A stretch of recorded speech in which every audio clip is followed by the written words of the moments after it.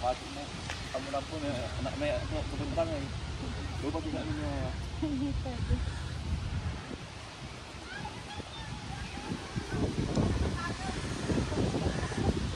Hindi, pang ano na yun sa kanin. Sa amin lang. Eh, sabi ko wala akong magsisipin dyan. Fracted. You want rice? No, it's okay. You want soup? Alright, soup. You want soup? Mang inasal guys, mang inasal. Tama na, ang laki naman. Oh. Stable so it doesn't fall Panik ka, bigyan kita ng kanin. Video mo kami ni Panik. My goodness. Kanya lang para nagda-diet. Diba?